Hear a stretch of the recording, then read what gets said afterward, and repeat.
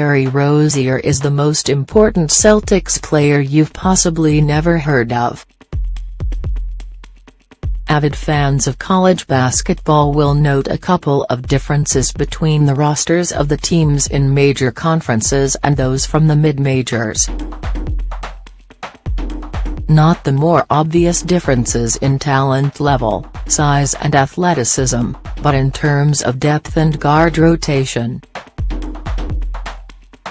So often as to be normal, mid-major teams will run with 3 or 4 guard lineups, and sometimes doing so surrounding a big man who stands about 6'8". More often than not, at least one of those guards will have no discernible impact in the stats column.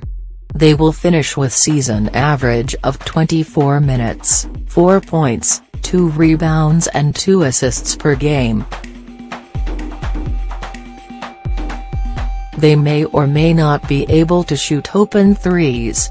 They play big minutes anyway because the coach sees some value in them. This is supposed to be done in order to mask deficiencies, in terms of talent yet specifically in front-court talent. Capable big guys are hard to come from, even at the mid-major level, as are capable lanky forwards. Talent is funneled upwards, and anyone with any pro potential tends to be picked up by those near the top.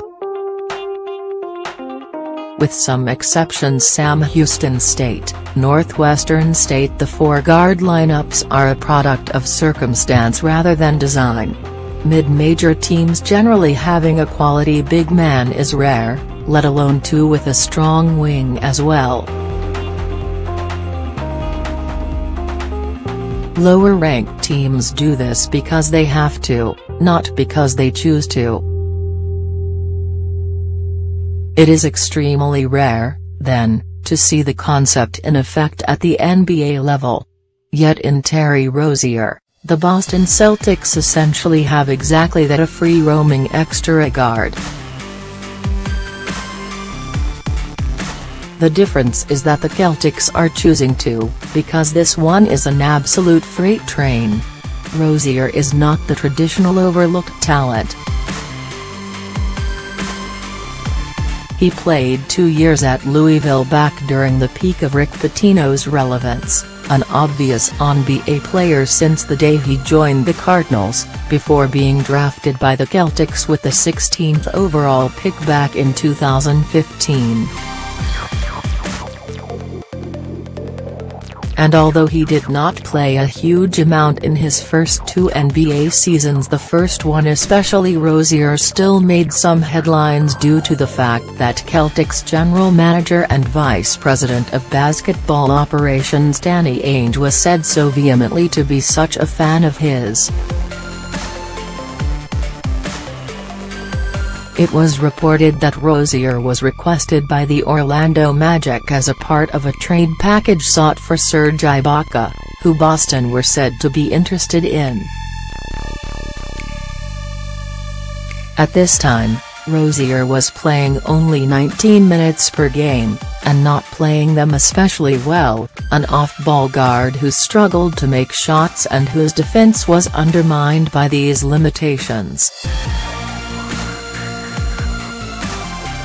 But Ainge stuck with him, partly perhaps as a reflection of the declining returns he saw in Ibaka, fairly, as it turns out, but also an endorsement of Rozier himself.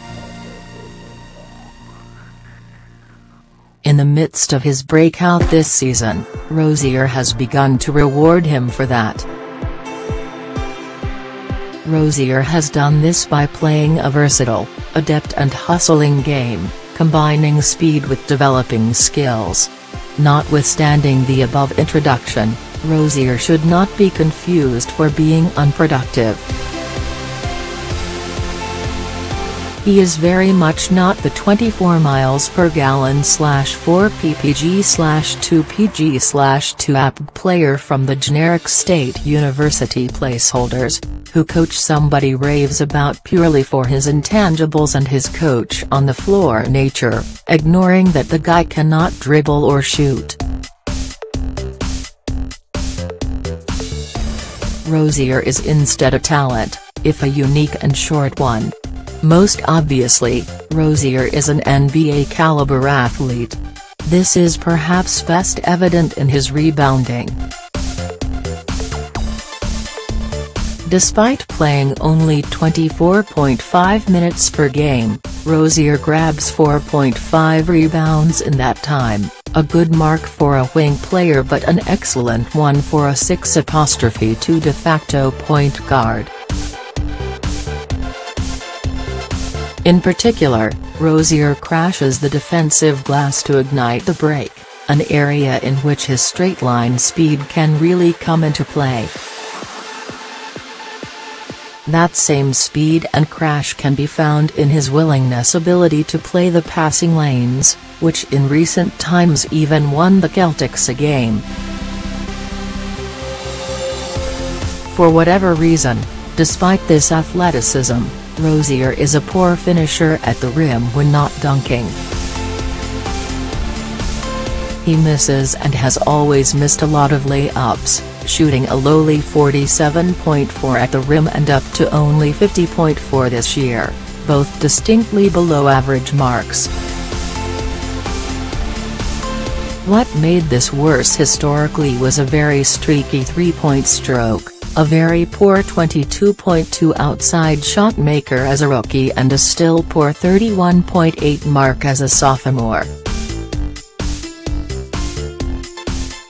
That is okay from a stretch 5 big learning the craft, but not a guard, and while Rozier's style of play and shot selection are right to largely eschew the mid-range two-point shot in favor of the threes and the layups, it only works if he is good at them. In one of these two areas, though, Rozier has turned it around. The rookie-to-sophomore three-point improvement has been followed up by a sophomore-to-young veteran one. Rozier now shoots a healthy 37.6 from outside on 4.5 attempts per game, going from poor shooter to good shooter in a year and a half, having made the adjustment to the longer-range three and big league defenders. With this comes a renewed purpose on the court. And with that in turn comes a bigger role on the team. Kyrie Irving, of course, has the starting point guard position locked in, and despite his own failings, similar if stylistically different to Rozier's, Marcus Smart is the first guard off the bench and a decent quality point guard of his own. To get into the game at all as the third point guard on the depth chart, then, Rozier would have to earn the spot in some other way. Therein lies his value. As the free safety, Rozier is out there to harass opposing players. He can handle the ball a little bit, as he proved at Louisville, but largely doesn't, letting Irving do the bulk of that work, or splitting the role with Smart when they pair up, and instead going to the glass, playing the passing lanes, spotting up and running the court. In the half-court, Rozier's decision-making and ability to exploit small spaces has improved, and although he still all too often misses the layups, his speed, agility and knowledge of how to use them are all weapons to which the Celtics can turn.